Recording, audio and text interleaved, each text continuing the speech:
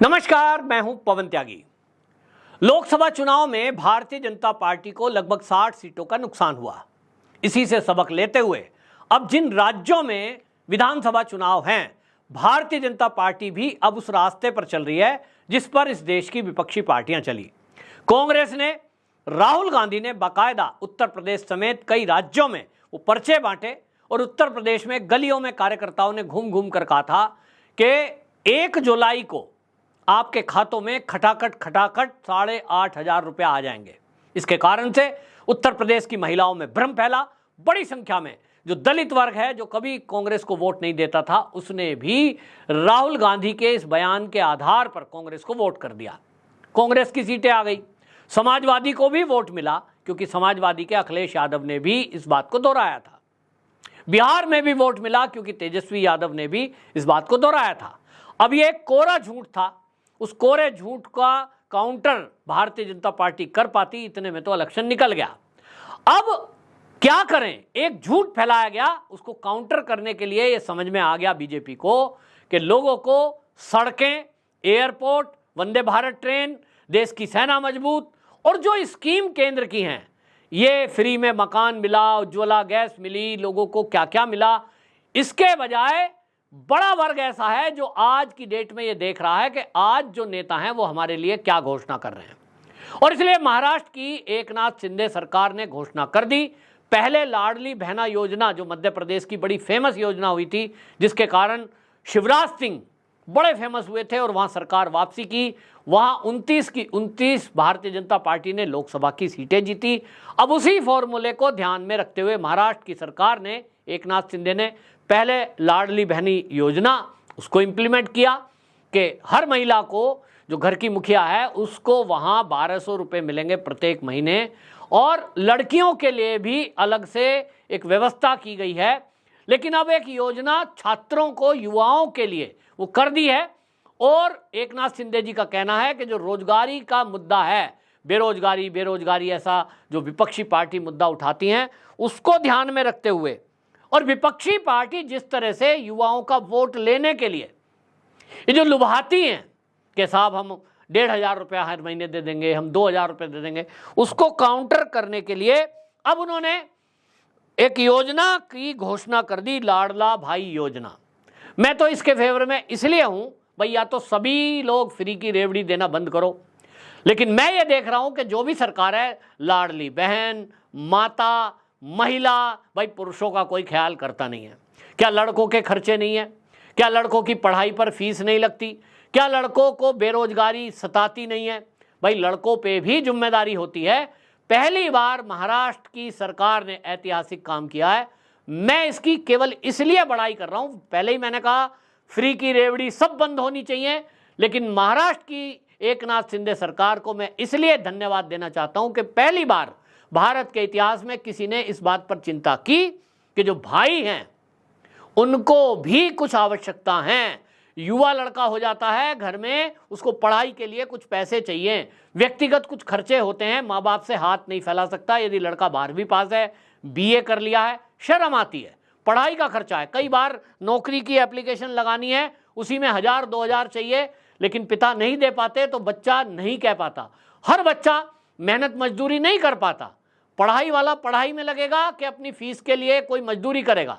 ये बड़ी समस्या थी। तो ये एकनाथ शिंदे सरकार ने लाडला भाई योजना बहुत बेहतरीन ये घोषणा कर दी है।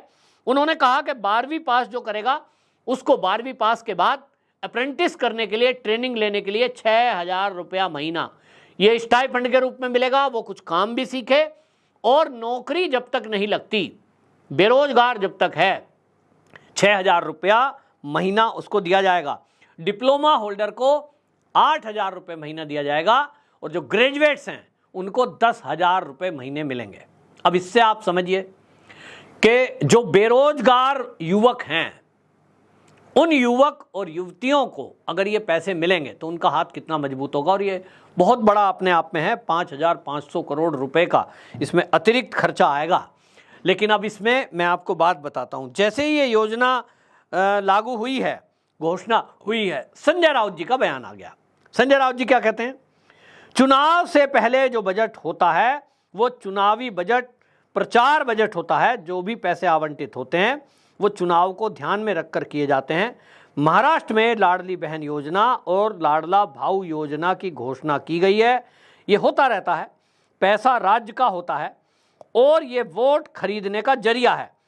अधिकृत तौर पर महाराष्ट्र में वोट खरीदने की मशीन बंद हो गई है। पता नहीं क्या कहना चाहते हैं। कुल मिला के जो इनकी बात से मैं समझाऊं, एक्सपोज पोस्ट पर उन्होंने ये बोला कि ये जो सरकार है ये पहले ही घाटे में है, इस पे बहुत कर्जा है, फिर योजना क्यों लागू कर रहे हैं, इस तरह की बातें। संजय राउत जी, मैं आपसे पूछना चाहता हूं कि आप इंडी गठबंधन में शामिल हैं।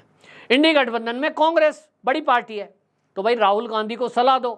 कर्नाटक में जो सरकार चल रही है वहाँ पहले से कर्जा है और उस कर्जे के बावजूद वहाँ उन्होंने घोषणा कर दी फ्री की बस यात्रा महिलाओं के लिए, प्रमुख घर की महिला को 2,000 रुपये महीना, बेरोजगार युवकों को 1500 रुपये महीना, 200 यूनिट बिजली फ्री। उनको सलाह दे दो। उन्हीं के मुख्यमंत्री दूसरे हिमाचल के हैं, सुक्खू साहब, 200 यूनिट बिजली फ्री, उनको सलाह दे दो। कर्जा तो उन पे भी है, कर्जे का ब्याज नहीं चुका पा रहे हैं।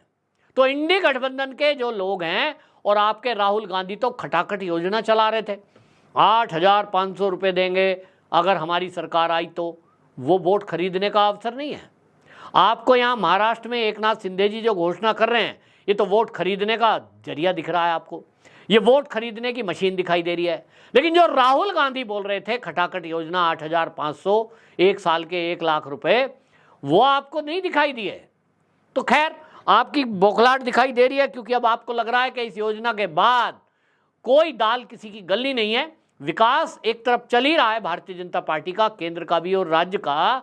दूसरी तरफ जो फ्री की रेवड़ी देने की घोषणा सोच रहे थे, आप सोच ही रहे होंगे कि हम भी कुछ करेंगे घोषणा। आपसे उम्मीद है, सरकार बने ना बने वो बात अलग है, लेकिन आपकी मैं एक और बात बताता हूं। कर्नाटक में कांग्रेस की सरकार है और वहां एक अजीबोगरीब फैसला किया है। सिद्धरमैया सरकार ने वहां घोषणा कर दी कि वहां ग्रुप ए और बी में जितनी भी प्राइवेट कंपनी है उसमें ग्रुप ए और बी यानी ऑफिसर रैंक, उसमें 50% कन्नड़ भाषी लोग, कर्नाटक के मूल निवासी, उनको आरक्षण देना पड़ेगा। और ग्रुप सी और डी में ये 75% आरक्षण प्राइवेट कंपनी को, प्राइवेट सेक्टर को देना पड़ेगा। अब आप सोचिए, सरकार ने नोटिफिकेशन जारी कर दिया, सरकार सरकारी नौकरियों में आरक्षण करे, वो उसका अधिकार क्षेत्र में आता है, करिए आप जो कर सकते हैं। लेकिन क्या प्राइवेट सेक्टर में आप इस तरह से आरक्षण लागू कर सकते हैं?